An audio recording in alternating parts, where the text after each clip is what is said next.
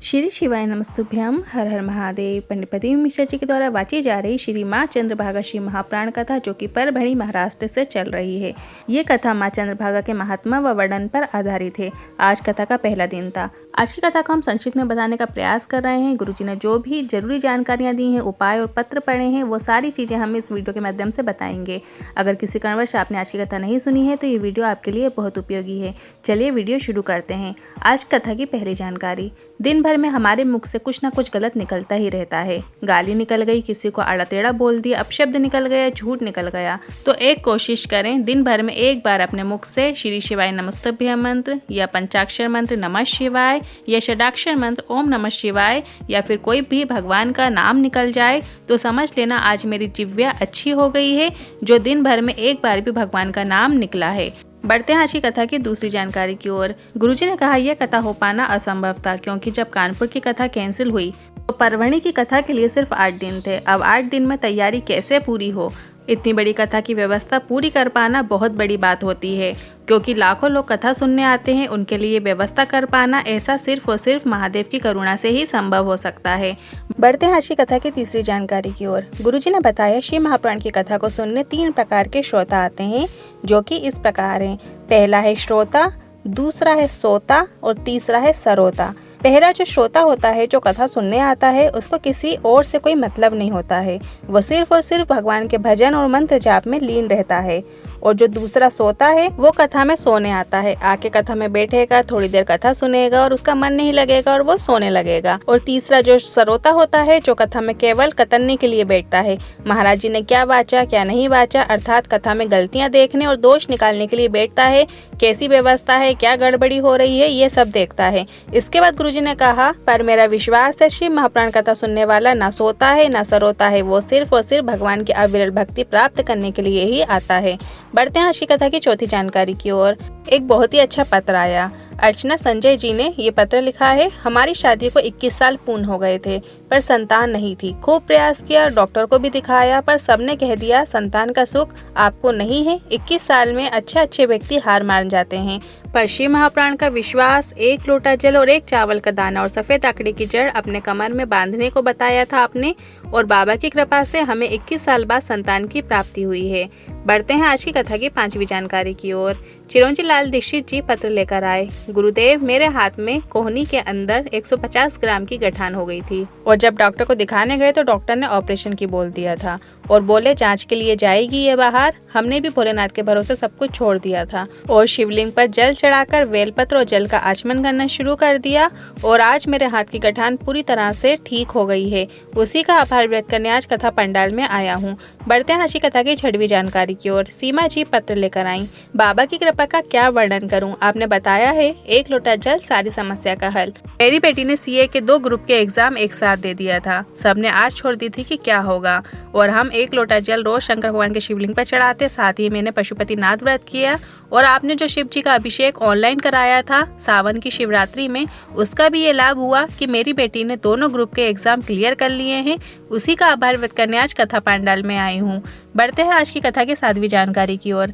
1 लोटा जल जब हम अपने घर से लेकर शिव मंदिर में जाकर समर्पित करते हैं, तो वो केवल 1 लोटा जल नहीं होता, वो आपके घर के सभी दुख तकलीफ कष्ट होते हैं, जो आप जल के माध्यम से महादेव को बताते हैं, और महादेव उन समस्या को जरूर हल करते हैं।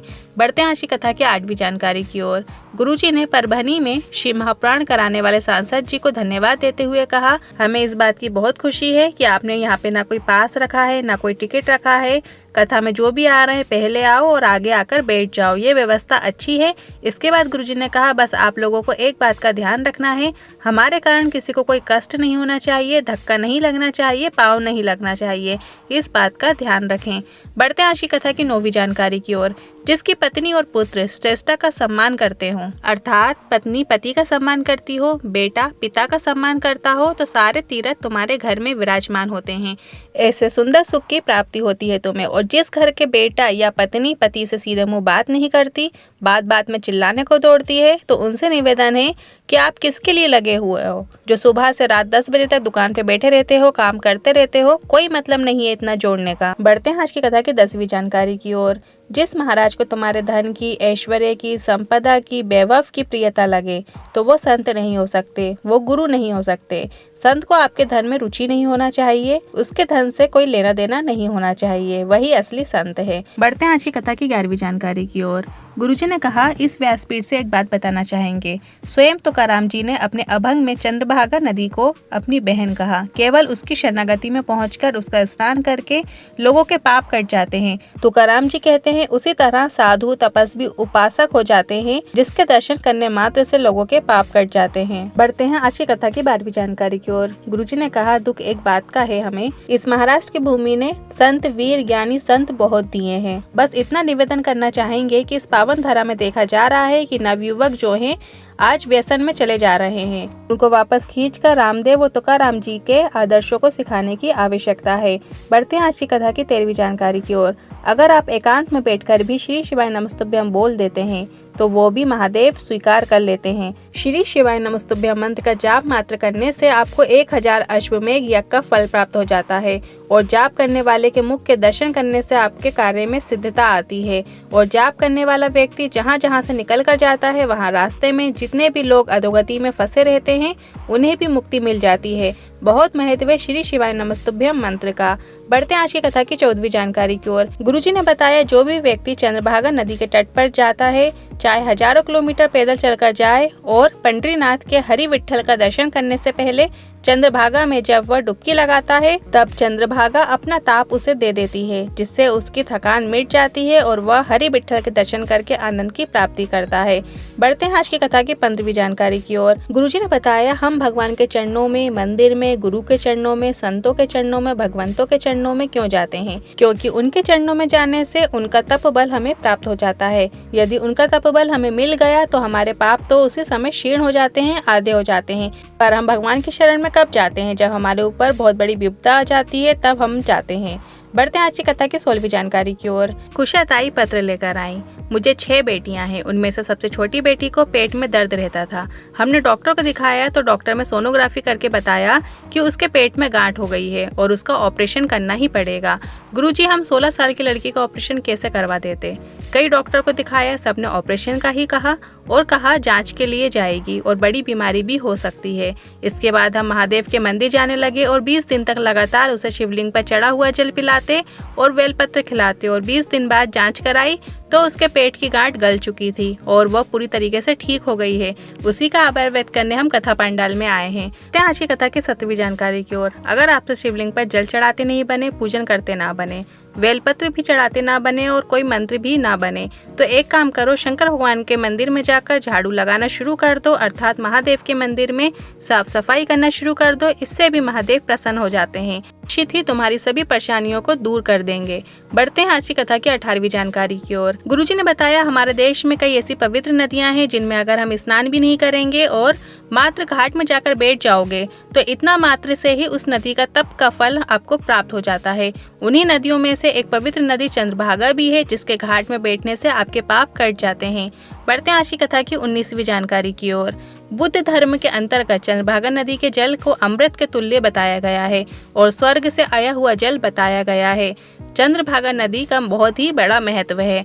बढ़ते हैं आज की कथा की 20वीं जानकारी की ओर। गुरुजी ने सभी से कहा, क्या आपने चंद्रभागा नदी में स्नान किया, उसके जल का पान भी किया, घाट पे बैठकर हरि विठ्ठल का नाम जाप किया? सभी ने किया होगा, पर तुमने चंद्रभागा से कहा कि पौंड्री के घर में हरि विठ्ठल महादेव आए थे, उसी तरह हम भी आपके जल को लेकर घर जा रहे हैं और उसी तरह मेरे घर भी हरि विठ्ठल और महादेव आना चाहिए, ऐसी कृपा करो।